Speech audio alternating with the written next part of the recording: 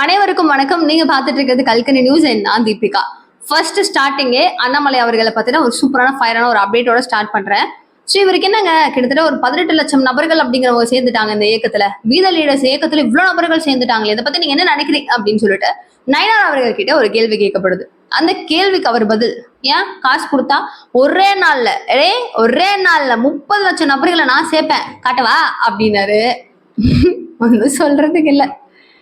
ஏன் தீபிகா நீ சிரிக்கிற, என்ன நக்கல் பண்றியான்னு கேட்டீங்கன்னா சிரிப்பு வருது. என்னன்னா பாருங்களேன், தமிழக அரசாங்கம் டிவிகே ஆட்சியில பெண்களுக்கு எதிரான குற்றங்களை எதிர்த்து கண்டன ஆர்ப்பாட்டம் அப்படிங்கறத தமிழக பாஜக நடத்தியிருக்கிறாங்க. இதுல குட்டி கழிச்சு பார்த்தா ஒரு 300 நபர்கள் கூட தேர மாட்டாங்க போல் இருக்கே. இல்ல 30 லட்சம் நபர்கள் காசு கொடுத்தா எப்படி வேணா சேருவாங்க, நான் சேர்த்து காட்டட்டா அப்படின்னு கேட்டாரே ப்ரோ நைனார் ப்ரோ, பாருங்க, சுத்தி பாருங்க, தேடி பாருங்க, அட்லீஸ்ட் ஃபார் வைல் ஒரு 300ஆவது தேடுதான்னு பாருங்க ப்ரோ அப்படின்னு சொல்லி பயங்கரமான கமெண்ட்ஸ். சரி விடுங்க, பேசிட்டேன், தெரியாம பேசிட்டேன், பேசாம போயிடுங்க, சும்மா இந்த கலாய்க்கிறதெல்லாம் வச்சுக்கிட்டீங்க கடுப்பாயிடுவேன் அப்படின்னு சொல்லிட்டு நயனார் அவர்களுடைய மைண்ட் வாய்ஸ் நம்மளுக்கு தெளிவா புரியுது, விட்டுருவோம். ஆனா எதுக்கு பேச்சு, வீண் பேச்சு எதுக்கு, செயல்பாடு அப்படிங்கிறதுல காமிக்கணும். கரெக்டாங்க நான் சொல்றது. சோ கண்டன ஆர்ப்பாட்டம் நடத்துறோம் அப்படின்னு சொல்லிட்டு சென்னையில நயனார் அவர்களுடைய தலைமையில நடத்திருக்கிறாங்க. அந்த கண்டன ஆர்ப்பாட்டத்தை போட வேற இல்ல, பாலிமர் நியூஸ் ஃபுல்லாவே அண்ணாமலை அவர்களை தான் அவர் போட்ட அந்த பாட்காஸ்ட்டை பத்தி தான் விமர்சனம் செய்யறாங்களே தவிர நான் போட்ட அந்த கண்டன ஆர்ப்பாட்டத்தை பத்தி பேசுறாங்களா அப்படின்னு ஒரு பக்கம் பாஜகவினுடைய எல்லாரும் கதறல் அப்படிங்கிறது ஒரு பக்கம் பண்றாங்க. ஒரே நாள்ல முடியுமா அப்படிங்கிறது, நயனார் அவர்களுக்கு சேருமா அப்படிங்கறத நீங்க என்ன நினைக்கிறீங்க? அண்ணாமலைக்கு கண்டிப்பா சேரும், இவருக்கு சேருமா? உங்கள் கருத்து ரொம்ப முக்கியம், மிஸ் பண்ணாம சொல்லுங்க. அடுத்ததாக இவங்க அந்த ஆர்ப்பாட்டத்துல ஒரு முழக்கம் அப்படிங்கறது விடுறாங்க பாஜகவில். அந்த முழக்கம் என்னன்னு கேட்டீங்கன்னா, பிளாஸ்ட் சட்டம் ஒழுங்கு பிளாஸ்ட், அடுத்து வேஸ்ட் விஜய் சர்க்கார் வேஸ்ட் அப்படிங்கிற இந்த ஒரு முழக்கத்தை பயங்கர உறக்க சொல்றாங்க. சரி ஓகே. அடுத்து விஜய் அங்கிள் அப்படிங்கிறதும், இவர் அவர் அங்கிள்னு சொல்றதும், விஜய் ப்ரோ அப்படிங்கிறதும், அப்படியா ப்ரோ அப்படின்னு நம்ம ஆளுங்கெல்லாம் ஒரு பக்கம். ஒரு ஜென்சி தலைமுறையை அட்ராக்ட் பண்ணும் விதமாக இனிமே இருக்கணும். ஏன்னா ரீல்ஸ் மூலமா, சோசியல் மீடியா பிளாட்ஃபார்ம்ஸ் மூலமா தானே அப்படியே அட்ராக்ட் பண்ணி மக்கள் எல்லாரையும் இழுத்து ஓட்டு போட வச்சாங்க, ஜெயிக்க வச்சாங்க. அதே மாதிரி இதுக்கப்புறம் நம்ம ஃபுல் ஆக்டிவேட்டா மோட ஆன் பண்ணுங்க, நம்ம இனிமேல் ஃபுல் ஆக்டிவேட்டா அப்படிங்கிறாங்க, கிண்ணுல இருக்கணும் அப்படின்னு. அந்த கிண்ணுலாம் உங்களுக்கெல்லாம் செட் ஆகாது. பிசாம இருங்க, அமைதியா உட்காருங்க, பிசாம உட்காருங்க. பிபி டேப்லெட், சுகர் டேப்லெட்டை சாப்பிட்டுட்டு பிசாம உட்காரணும் அப்படிங்கிறது தான் பார்க்கும்போது சொல்லணும்னு தோணுதுங்க. ப்ரோ எனக்கு சொல்ல தெரியல. ஜென்சி அட்ராக்ட் பண்ணும் அப்படின்னு சொல்லி நீங்க ட்ரை பண்றீங்க, பட் தே ஆல்ரெடி அட்ராக்டட். யார் மூலமா? ஒரு பக்கம் தமிழக வெற்றி கழகத்தை அட்ராக்ட் பண்ணி அவங்க சார்ந்து போயிட்டு இருக்காங்க. இன்னொரு பக்கம் அண்ணாமலை அவர்கள் தான் அடுத்த இனிமே நம்மளுக்கு அவர் தான் ஒரு ஃபியூச்சர் ஜெனரேஷன்ஸ் பத்தி நல்லா யோசிச்சு ஒரு அரசியல் களம் இப்படிதான் இருக்கணும் அப்படிங்கிற ஒரு அடித்தளம் அப்படிங்கறத சிறப்பாக வச்சு மூலக்கரம் பாவரு அப்படின்னு சொல்ற அளவுக்கான ஒரு ஆட்சியாளராக இருக்கக்கூடிய ஒரே அரசியல்வாதியாக கருதப்படுவது அண்ணாமலை. சோ அவர் தான்ப்பா எங்களுக்கு அப்படின்னு சொல்லி ஒரு புறமும் இளைஞர்களுடைய பட்டாளம் டிவைட் ஆகி போயிட்டு இருக்காங்க. இந்த நேரத்துல புதுசா ப்ரோன்னு கூப்பிட்டா யாரு ப்ரோ வருவாங்க பாத்துக்கோங்க. பார்த்து கத்தி ஏறிட போது கொஞ்சம் பிபியை கண்ட்ரோல் பண்ணுங்க. பட் இது எல்லாரும் நினைக்கிறது எப்படி தெரியுமா? இது நம்ம ஜென்சி எல்லாம் அட்ராக்ட் பண்ணணும், பயங்கரமா அவங்க செய்யணும், அவங்க அட்ராக்ட் ஆயிட்டு சூப்பரா பண்றாங்கல்ல அப்படின்னு நம்மள்ட்ட வரணும்னு ட்ரை பண்றாங்க. பட் ரியல் திங் இஸ் இவங்க ஒரு ட்ரோல் மெட்டீரியலாக தான் பார்க்கப்படுறாங்கன்றது புரியல. சரி ஓகே, நயனார் அவர்கள் அங்க எதுக்காக கண்டன ஆர்ப்பாட்டம்? யாரை எதிர்த்து? தமிழக அரசாங்கத்தை எதிர்த்து, இல்ல அண்ணாமலை எதிர்த்தா என்ன அப்படின்ற டவுட் அங்க இருந்தா எல்லாருக்கும் வந்திருக்கும். அங்க உட்காந்து அவர் சொல்றாரு, அதிகமா விமர்சனம் செய்யறது யாரு அப்படின்னா இந்த கட்சியை விட்டு விலகி போனாங்க பாத்தீங்களா, அவங்கள பத்தியும் அண்ணாமலை அவர்களை பத்தியும் தான் அங்க போயிட்டு விமர்சனம். அப்ப எந்த அளவுக்கு மனசு பாதிச்சிருப்பாருன்னு யோசிச்சு பாருங்க, எந்த அளவு மனசு கஷ்டப்பட்டிருப்பாருன்னு பாருங்க, எவ்வளவு அளவுக்கு ஃபீல் பண்ணிருப்பாரு அந்த மனுஷன் பாருங்க. நம்ம போன வேலை என்னன்றதே மறந்துட்டு நம்ம வேற ஏதோ ஒரு வேலை பார்த்துட்டு இருந்தா நம்ம அந்த நினைப்பாவே இருந்திருப்போம், ஏதோ ஒரு விஷயத்தாவே நினைச்சுக்கிட்டே இருந்திருப்போம். அந்த சினாரியோ தான் அங்க நடந்திருக்கு. அங்க போயிட்டு இது யாருக்கு எதிரான கூட்டம், இது யாருக்கு எதிரான கண்டன ஆர்ப்பாட்டம் அப்படின்னு மக்களே மண்டையை போட்டு குழப்பிக்கிட்டாங்களாம். சோ அண்ணாமலை அவர்களை பத்தி அங்க போய் விமர்சனம் செய்ய வேண்டிய கட்டாயம் என்ன வந்துச்சுங்கிறது தான் அண்ணாமலை அவர்களுடைய ஆதரவாளர்களாக இருக்கக்கூடிய ஒருவரின் குரலாக ஒலிக்குது. யார் போனாலும் பிஜேபிக்கு எந்த பிரச்சனையும் கிடையாது.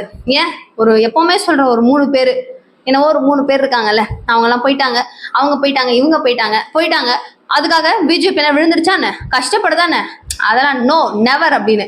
அப்ப கஷ்டப்படலாம் விட்டு தொலைங்களாங்க, போறவங்க போறாங்க, அவர் ஏங்க திட்டுறீங்க, அவங்க ஏங்க ஏதாச்சும் விமர்சனம் செய்றீங்க, அண்ணாமலை எதுக்குங்க அப்படி வஞ்ச புகழ்ச்சி அணியில பேசிட்டு இருக்கீங்க, அவரு தான் ஏகத்துல சேர்த்தாரு நான் சேர்ப்பேன் அப்படின்னு எதுக்குங்க பில்டப் பண்றீங்க? கரெக்டு தானேங்க நான் கேட்குற கேள்விலாம், ஏங்க அப்படிங்கிற மாதிரி தான், ஏங்க சும்மா இருங்க அப்படின்னு. சும்மா தான் இருங்களேன், நம்ம போன வேலை என்ன, நம்ம செய்யற வேலை என்ன, எல்லாத்தையும் மறந்துட்டு யார் போனாலும் கவலை இல்லை, யார் நீங்க போனது சார் அண்ணா அண்ணா அண்ணா என்ன சாம இருங்க, இதை பத்தி அதை பத்திலாம் இல்லை, நம்ம வந்தது தமிழக அரசாங்கம், அதாவது தவேக அரசாங்கத்துல அந்த ஆட்சியில பெண்களுக்கு எதிரான குற்றங்களை எதிர்த்துதான் அந்த கண்டன ஆர்ப்பாட்டம், அண்ணாமலைக்கு எதிராக கிடையாது அப்படின்னு சொல்லி ஒருத்தர் நோண்டி அப்படி சொல்லி புரிய வச்சதுக்கு அப்புறம் தான் திரும்ப பேக் டு ஃபயர், ஆமால சரிப்பா தேங்க்ஸ்பா அப்படின்னு சொல்லி ஆரம்பிக்கிறாங்க. What is this? நீங்க தான் சொல்லணும், கமெண்ட் பாக்ஸ்ல சொல்லுங்க. சரி, ஒரு பக்கம் இது. அடுத்ததாக அண்ணாமலை அவர்களுடைய பதிவு அப்படிங்கிறது இன்னைக்கு அரசியல் களத்துல ஒரு பெரிய சர்ச்சையை உருவாக்கி இருக்கு. சூப்பர்பா அப்படின்னு சொல்லிட்டு மக்களும் சம பெரிய ஒரு பாராட்டு அப்படிங்கிறது கொடுத்திருக்காங்க. அண்ட் ரொம்ப சமீபத்துல இப்ப வெள்ளை அறிக்கை அப்படிங்கிறது தமிழக அரசாங்கம் தவேக அரசாங்கம் ஒன்னு வெள்ளை அறிக்கை நிதி விவரம் சார்பாக வெளியிட்டு இருந்தாங்க. இதை பத்தி பாக்குறதுக்கு பேசுறதுக்கு இவ்வளவு பேஜஸா அப்படின்னு சொல்லி இருக்கும் போது பெரிய பெரிய எக்ஸ்பர்ட்ஸ், பினான்சியல் எக்ஸ்பர்ட்ஸ் அப்படிங்கிறவங்க இதை பத்தின விமர்சனங்கள் செய்யும் போது அரசியல் தலைவர்களாக இருக்கக்கூடியதுல அண்ணாமலை அவர்களுடைய அந்த பதிவு சூப்பரான ஒரு ஹிட், டூப்பரான ஒரு ஹிட். என்ன அப்படின்னு சொல்லி கேட்டீங்கன்னா, அவர் சொல்றாரு, இப்போ நிதி விவகாரம் பத்தி நான் பார்த்தேன், இந்த அறிக்கையை படிச்சேன் நானு ஃபுல்லா, அதுல இருந்து சில நிஜமான நிதானமான ஒரு உண்மைகளை நான் உங்களுக்கு சொல்றேன் அப்படின்னு சொல்லிட்டு இதுல சொல்றாரு. ஸோ இது பார்க்கும்போது சூப்பர்ல, இதை பார்த்து ஒரு எக்ஸ்பர்ட்டை வச்சு இதுல என்ன நடந்திருக்கு, இதுல எப்படி இருக்கு, இது இன்னும் எப்படி இருக்கணும் அப்படின்லாம் இல்லாம நான் படிச்சேன், அதுல நான் படிச்ச சில விஷயங்கள் நான் சொல்றேன்னா, no experts needed, this man is enough அப்படிங்கிற மாதிரி தான். எல்லா துறையிலையும் இவருக்கு நல்ல அறிவுன்றது இருக்கு, இதுதான் நம்ம புரிஞ்சுக்கணும். இந்த மாதிரி தலைவர்கள் வேணும் அப்படிங்கறத நம்ம நினைச்சுக்கணும், அதுதான் த ரியல் திங். புரியுதா உங்களுக்கும்? ஸோ பரவாயில்ல சூப்பர்ல அப்படின்னு சொல்லி நம்ம வியந்து பாக்குறோம்ல, அப்படி இருக்கணும். இப்ப இதுவே டிஎம்கேல இருக்கிற ஒரு தலைவரை சொல்லுங்க, இந்த நிதி அறிக்கையெல்லாம் பார்த்துட்டு அடியா இதுயா அப்படின்னு சொல்லி பார்ப்பாங்களா, புரியுமா, இல்ல படிப்பாங்களா உட்காந்து? சான்ஸே இல்லை. எல்லாத்தையும் டேட்டா வைஸ்ல பேசுறதுக்கு அண்ணாமலை தவிர வேற யாருமே கிடையாது. அண்ணாமலை அவர்கள் சொல்ற விஷயம் என்னென்ன அப்படின்னு கேளுங்களேன். மொத்தமா இந்த மாநிலத்திற்கான கடன் சுமை அப்படிங்கிறது 10 லட்சம் கோடியாக இருக்கு. ஒரு மண்டையில ஒரு நபருக்கான ஒரு கடன் சுமை அப்படிங்கிறது கிட்டத்தட்ட 1,28,934 ரூபாயாக இருக்கு அப்படிங்கிற பதிவை போட்டிருக்காரு. ரொம்ப சமீபத்துல ஒரு வழக்கறிஞர் ஒருத்தர் கூட, ரியாஸ் நினைக்கிறேன், அவர் என்னுடைய கடனை நான் கொடுத்துட்டேன் அப்படின்னு சொல்லி போறாங்க. பட் த ரியல் திங், இங்க எல்லா பொதுமக்களும் என் மேல இந்த கடன் இருக்கு நம்ம போய் கொடுத்துடலான்னு போவாங்களா, செய்வாங்களா? இவ்வளவு கடனை வாங்கி வச்சு நீங்க என்ன முதல்ல பண்ணீங்க, நீங்க என்ன செஞ்சீங்க? இலவசங்கிறது, உங்களுக்கு தேவையான விஷயங்களை வாங்கிக்கிறது, இந்த டிரான்ஸ்ஃபார்மரை மாத்தினேன் அதை மாத்தினேன்னு சொல்லிட்டு அமைச்சர்கள் பணத்தை புடுங்கிறது, அடிக்கிறது, டாஸ்மாக்ல ஊழல். இப்படிதாங்க நடக்குது. நீங்க சம்பாரிச்சுக்கிறதுக்கு நாங்க கட்டணுமா அப்படிங்கிற ஒரு கேள்வியை தான் மக்கள் வைக்கிறாங்க. எங்க வீட்டுல இருக்கிற கடனே நாங்க கட்ட முடியல, கவர்மெண்ட் வாங்கி வச்ச கடனை நாங்க எப்படிங்க கட்டுவோம்? அப்படித்தானங்க இருக்கு. பணம் இருக்கிறவங்க கட்டுவாங்க, நாங்க என்னங்க பண்ணுவோம் அப்படிங்கிறது தான் இருக்கு. ஸோ இந்த கடன் சுமை அப்படிங்கிறது இவ்வளவு இருக்கு. இதுல இப்போதைக்கு நம்ம வாங்கியிருக்கிற கடனுக்கு வட்டி கட்டணும் அப்படின்னா நம்ம வருவாய் மூலமா கட்டுறதே கிட்டத்தட்ட 22.8% அளவுக்கு நம்ம வட்டி மட்டுமே கட்டுறோம் வாங்கியிருக்கிற கடனுக்கு. யோசிச்சு பாருங்க அப்படின்னு சொல்லி போட்டிருக்கிறாரு. அடுத்ததான் தமிழகத்தினுடைய சொந்த வரி வருவாய் அண்ட் ஜிஎஸ்டிபி அப்படின்னு சொல்லப்படுறது 2021 இருந்து 2022 நிதி ஆண்டுகள்ல 5.93% இருந்துச்சு. ஆனா இப்போ இந்த நிதி ஆண்டுல 5.45% குறைஞ்சிருச்சு. இது ஒரு பெரிய விஷயமாக பேசியிருக்கிறாரு. அடுத்து முக்கியமான பொதுத்துறை நிறுவனங்கள், இப்ப பொதுவான நம்ம டிரான்ஸ்போர்ட்ஸ் தான் ஆகட்டும், இந்த மாதிரி துறைகள்லாம் இருக்கு இல்லையா, இவங்க கிட்ட இருக்கிற கடன் சுமை அப்படிங்கிறது கிட்டத்தட்ட 3,18,000 கோடி கடன் அப்படின்னு சொல்லி சொல்றாங்க. எங்க இருந்து புது பஸ் வாங்குறது, எங்க இருந்து இந்த டிரான்ஸ்ஃபார்மர்ஸ் நம்மளுக்கு வாங்கி வைக்கிறது, யோசிச்சு பாருங்க. பல பிரச்சனையில இருக்குது இப்போதைக்கு தமிழக அரசாங்கம். இதை சுட்டி காட்டிருக்கிறாரு. இது மட்டும் இல்லாம அவரு எவ்வளவு அளவு எஃபிஷியன்டா ஃபியூச்சர் ஜெனரேஷனை பத்தி யோசிக்கிறாருன்றதுக்கான சூப்பரான எடுத்துக்காட்டு. ஏன் அவருக்கு எவ்வளவு பாராட்டுகள் அப்படிங்கிறதுக்கான ஒரு டச்சப் தாங்க நான் இப்ப சொல்ல போறேன். 2031 இப்ப 2026 நடக்குது. 2031 இருந்து வேலை செய்பவர்களுடைய பாப்புலேஷன்ஸ் அப்படிங்கிறது நிதர்த்தமாக குறையும்.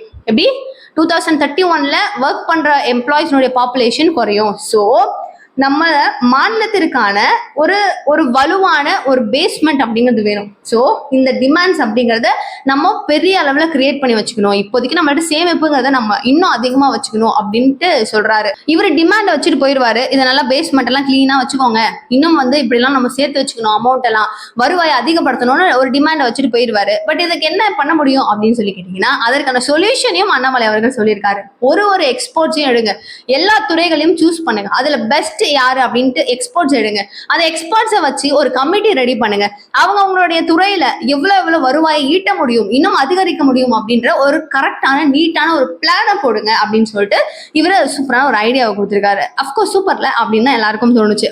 திமுக அரசாங்கம் மாதிரி நானும் வெள்ள அறிக்கை கொடுக்குறேன், இப்படி நடக்குது இது கடன் அப்படின்லாம் இல்லாம இதை எப்படி தீர்வாக எப்படி சிறப்பாக எடுத்துட்டு போகணும் அப்படிங்கிறத தமிழக வெற்றி கழகம், அதாவது டிவிக அரசாங்கம் தெளிவாக அதை உற்று நோக்கணும். திமுக மாதிரி இருக்காதீங்க அப்படிங்கிற ஒரு அறிவுரையும் சொல்லியிருக்கிறார் அண்ணாமலை அவர்கள்.